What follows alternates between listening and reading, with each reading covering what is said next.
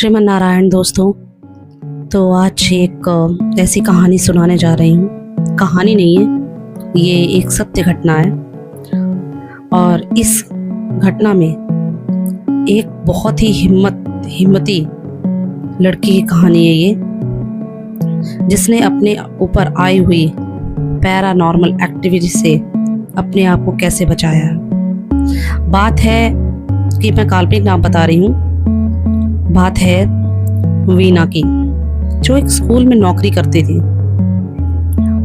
Daily routine था उसका सुबह स्कूल के लिए तैयार होना, ठीक है, तैयार होके पूजा पाठ करके अपना जो भी नित्य काम जो भी करना, और स्कूल में जाके सबके साथ अच्छे से मिलना बैठना, बच्चों को बहुत अच्छे से पढ़ाना। मतलब उसका रूटीन बहुत अच्छा था। ऐसे ही एक दिन क्या हुआ कि दिवाली और दशहरा के दिन आसपास के दिन थे। आपको पता है कि इन दिनों टोना टोटका बहुत ज़्यादा होता है। गलती से उसका पैर, या उन्होंने कुछ कंफर्म नहीं किया, उसकी गाड़ी का पहिया उस टोटके पर पड़ गया, के ऊपर से चढ़ गया।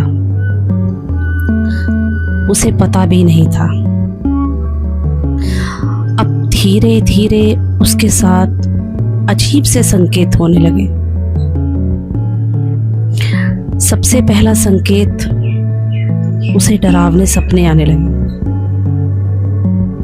दूसरा संकेत, जब वो अपनी क्लासरूम में बच्चों को पढ़ा रही थी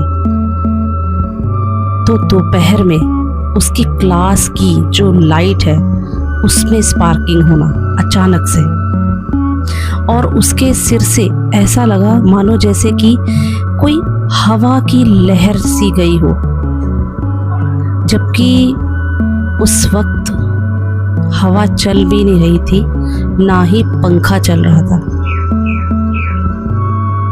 बहुत ही आश्चर्य हुआ उसको कि ये क्या था। लेकिन एक दिन वो अपनी सहेली के साथ अपनी स्कूटी पे स्कूल जा रही थी तो अनएक्सपेक्टेड उसकी गाड़ी डिसबैलेंस हो गई। उसको ऐसा लगा जैसे किसी ने उसका हैंडल मोड़ दिया।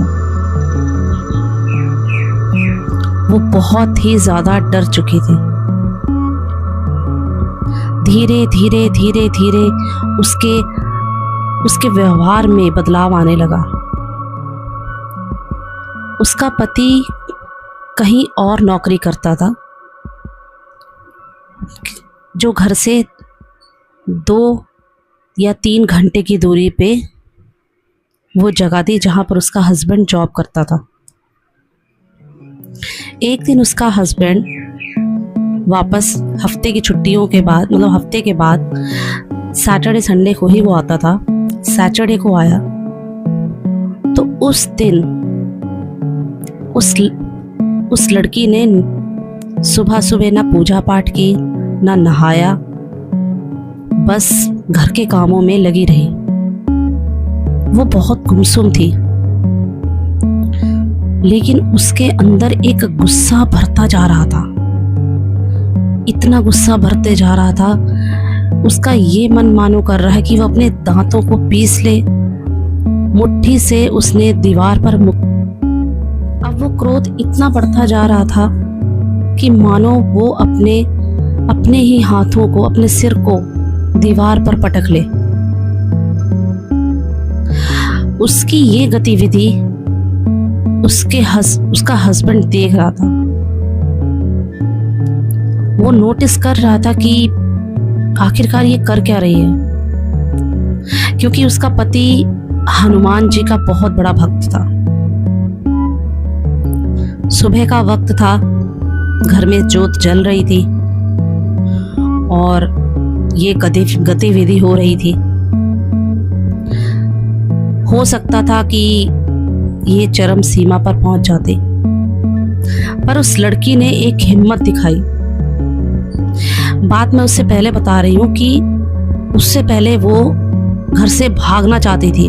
उसके पति ने एकदम से गेट बंद कर लिया, क्योंकि उसको पता था कि प्रॉब्लम क्या है। और कस के उसके हाथों को पकड़ लिया। वो बहुत क्रोध से अपने पति की तरफ देख रही थी, बहुत ही ज्यादा। लेकिन जैसे मैंने आपको कहा है कि पति पर ईश्वर की कृपा थी, तो उन्होंने स्थिति को थोड़ा सा कंट्रोल किया। लेकिन बात यहाँ पर भी खत्म नहीं हुई। उस लड़की को ऐसा लगा जैसे पैरों से शरीर के ऊपर तक एक गर्म सी हवा, गर्म सा आवरण, चारों तरफ से एक हवा उसको कवर कर रही है और वो उसके सिर पर चढ़ने की कोशिश कर रही है। उसने अपने पति से कहना शुरू कर दिया कि मुझे बचाओ, इससे मुझे बचाओ, क्योंकि वो एक अदृश्य चीज थी जो वो सिर्फ महसूस कर रही थी, लेकिन किसी को वो चीज दिखाई नहीं दे रही थी। उसने फिर क्योंकि वो भी भगवान में बहुत विश्वास करती थी, पर उसने एक हिम्मत दिखाई। उसने कहा कि मैं हनुमान चालीसा पढ़ूंगी। लेकिन जो शक्ति उसको रोक रही थी, हनुमान चालीसा भी नहीं पढ़ने दे रही थी। वो जैसे ही हनुमान चालीसा पढ़ती वैसे ही हंसने लगती, कभी रोने लगती, कभी फंबल करने लगती, उसके शब्द अटक के आ रहे थे। लेकिन वो बहुत ही ज्यादा हिम्मती लड़की थी और उसके अंदर विल पावर बहुत ज्यादा थी। उसने हनुमान चालीसा एक बार पढ़ी,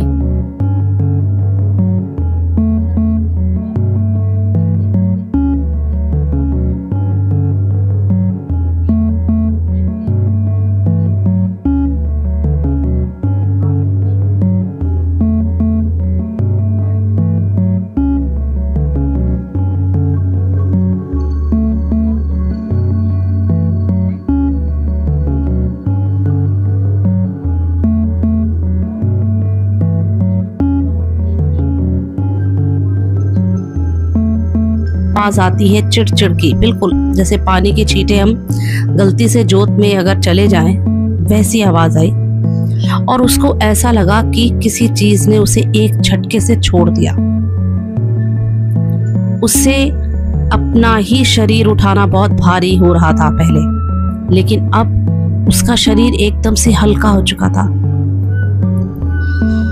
तो दोस्तों, हनुमान जी का ये एक बहुत ही ज्यादा एक कह सकते हैं उनकी कृपा थी उस लड़की पे कि वो इस चीज से बच गई, क्योंकि अगर वो चीज उसके दिमाग पर हावी हो जाती तो बहुत ही ज्यादा काम खराब होने वाला था।